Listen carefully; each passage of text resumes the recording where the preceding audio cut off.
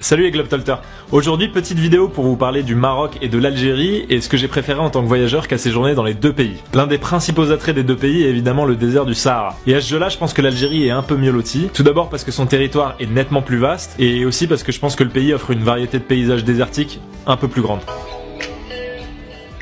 Ce qui m'amène à mon troisième point, l'authenticité. Il faut pas non plus généraliser, mais c'est vrai que le Maroc a la réputation de traiter les touristes un peu comme des portefeuilles sur pattes. C'est pas non plus généralisé, mais c'est vrai que le Maroc a la réputation de traiter les touristes un peu comme des portefeuilles sur pattes. C'est surtout vrai à Marrakech, dans les endroits très touristiques. C'est pas pour rien si on appelle la ville Arnakesh. Et il faut dire que ce genre de choses peut vite gâcher un voyage. Et là-dessus, je dois dire que les Algériens sont assez irréprochables. C'est plutôt l'inverse d'ailleurs. J'ai dû me battre plusieurs fois pour payer, tant les Algériens sont accueillants et généreux. J'ai dû me battre plusieurs fois pour payer, tant les Algériens sont accueillants et généreux.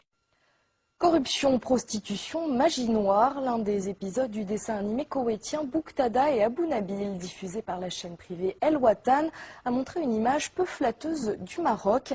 Résultat, de nombreux internautes marocains ont décidé de monter au créneau et ont demandé l'arrêt de la série. Le ministère koweïtien des Affaires étrangères a fini par intervenir et a exprimé dans un communiqué ses vifs regrets quant au contenu de cette série. Voici la série qui a fait polémique. Yaoumiyat, Bouqtada ou Abou Nabil passe sur la chaîne du Koweït Al Watan. Elle en est déjà à sa 4e saison. Ses créateurs affirment qu'elle montre de manière satirique les problèmes de la société koweïtienne à travers ses deux protagonistes, Bouqtada et Abou Nabil. Mais elle a failli causer un incident diplomatique, car selon le gouvernement marocain, 2 épisodes insultent l'image du pays du Maghreb.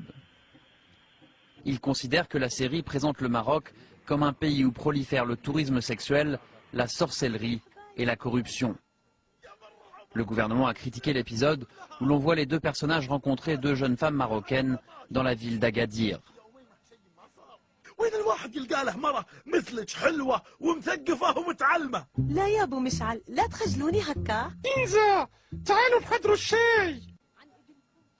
C'est la scène suivante qui a particulièrement gêné certains Marocains.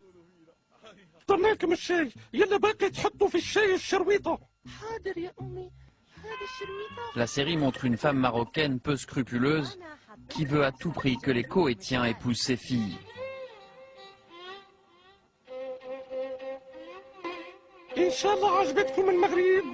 Et dans un autre épisode, on voit un douanier malhonnête à l'aéroport qui réclame de l'argent avant de laisser les touristes entrer au Maroc. À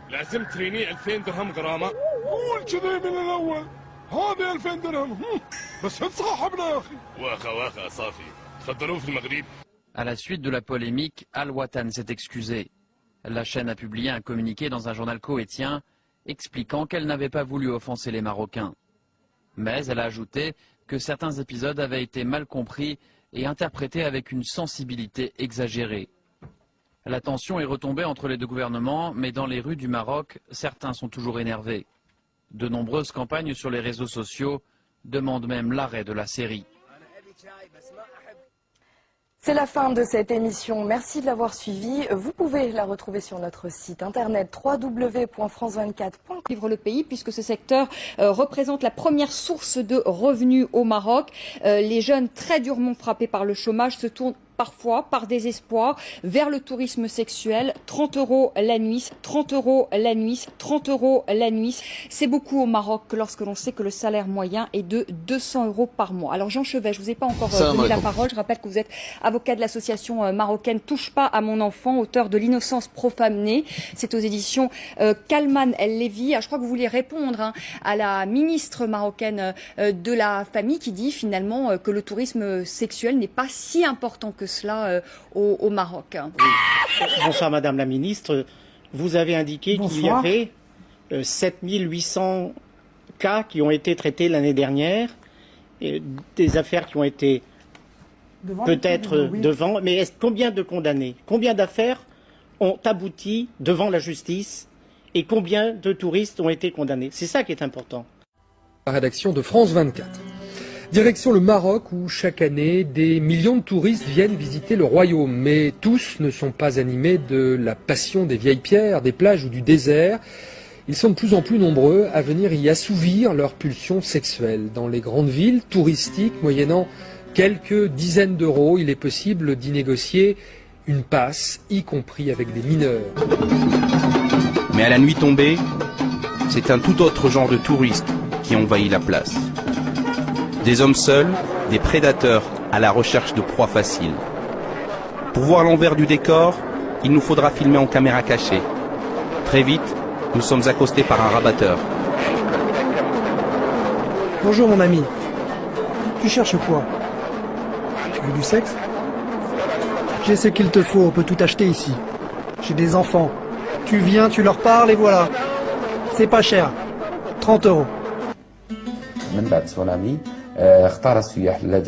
Après le tsunami, on a vu les touristes sexuels qui sévissaient en Asie du Sud-Est déferler sur le Maroc.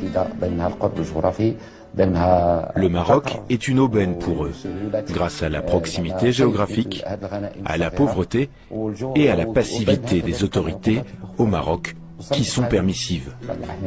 Avec nous au plateau, Karim Akiki. Bonjour Karim. Vous êtes grand reporter à France 24 et vous avez signé avec Aziza Naïtiba ce reportage au Maroc. Et on est effaré de la facilité avec laquelle on peut acheter des relations sexuelles au Maroc, à Marrakech, avec un mineur. Nous avons été étonnés nous-mêmes. Il suffit d'arriver à Marrakech, sur la fameuse place Jemaa el-Fna.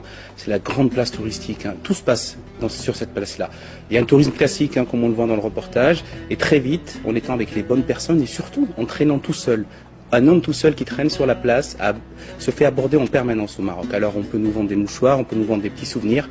Mais la nuit tombée sur la place Jemaa el-Fna, on vient nous proposer directement de la vente d'êtres humains. Le processus est toujours le même, c'est-à-dire c'est des prostituées hommes qui viennent nous voir et qui nous demandent ça coûte tant, c'est très direct, ils savent reconnaître les hommes qui sont tout seuls. Et moi-même j'étais étonné, je leur disais mais pourquoi vous venez proposer ça? Ils disent mais on voit beaucoup de touristes qui sont là, qui sont tout seuls sur la place, donc on va vers eux, on leur propose ça. Très vite, quand on leur dit qu'on n'est pas intéressé, la deuxième étape c'est j'ai des enfants. Et là, j'étais très étonné. On était au pied du commissariat de la police touristique, la police qui était censée surveiller ce trafic-là et tous les trafics qui se passent sur la place. Et quand j'ai parlé avec les rabatteurs en disant « Vous n'avez pas peur », tout le monde me dit « Mais c'est ordinaire ici ». Au Maroc, un nouveau magazine vient de faire son apparition. Son nom, Mitli, qui veut dire homo. Un magazine très controversé car il est exclusivement consacré aux gays.